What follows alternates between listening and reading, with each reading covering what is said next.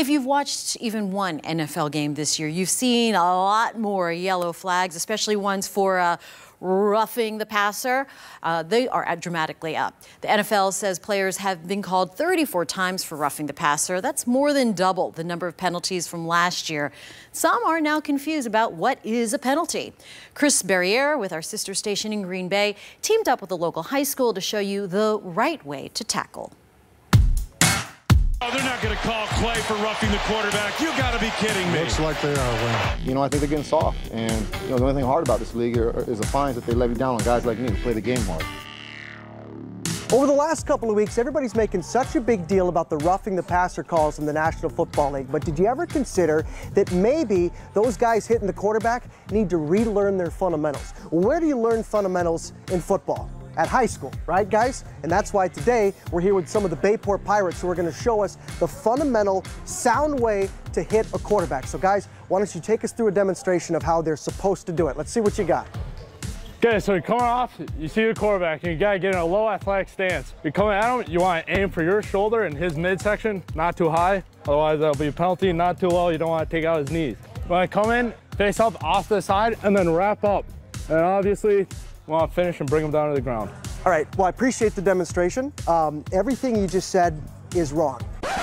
That might work at this level, but if you want to get to the National Football League in 2018 and beyond, this is how it's done. Let me tag you out here. So first thing you did, when you came at the quarterback, you had a pretty athletic stance, right? That's no good. That's going to scare a defenseless quarterback, and that's not fair to him. You got to give him a chance to see you coming. So you kind of want to come in, just shuffle in a little bit, give him a chance to see it. 9 times out of 10, he's going to roll out of the pocket, and you're going to be safe. But let's say, in that rare case, he's going to give himself up the way maybe Alex Smith did to Clay Matthews last week, right? Well, in that case, you got nothing left to do but to tackle him, right? Yeah. Wrong.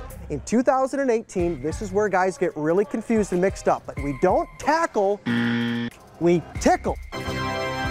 You want to come at him, get them fingers of filing. Now, everybody's different. Some guys are more along the ribs. You want to get him in there. Other guys, a little bit higher. You want to go more towards those armpits. At that point, no grown man can survive the power of a tickle. He's going down hard. But if he's going to go down on the tickle, you don't want to fall on him with all your weight because that's a penalty now. So instead, you want to make sure you kind of get behind him and just gently guide him like a baby. Right down. There you go. Let's get this under your head. There you go. There you go. You get him down to the ground, and that, in 2018, is how you tackle a man in the National Football League. And if you believe that, then you'll believe that I don't have donuts under the desk. And that I already ate mine in about 14 seconds. It took me a while to figure out that was a joke. I was like... Right? Yeah, he started coming across, very seriously, and hopefully the players who we worked with know that it is also a joke. They're going to be tickling the quarterback.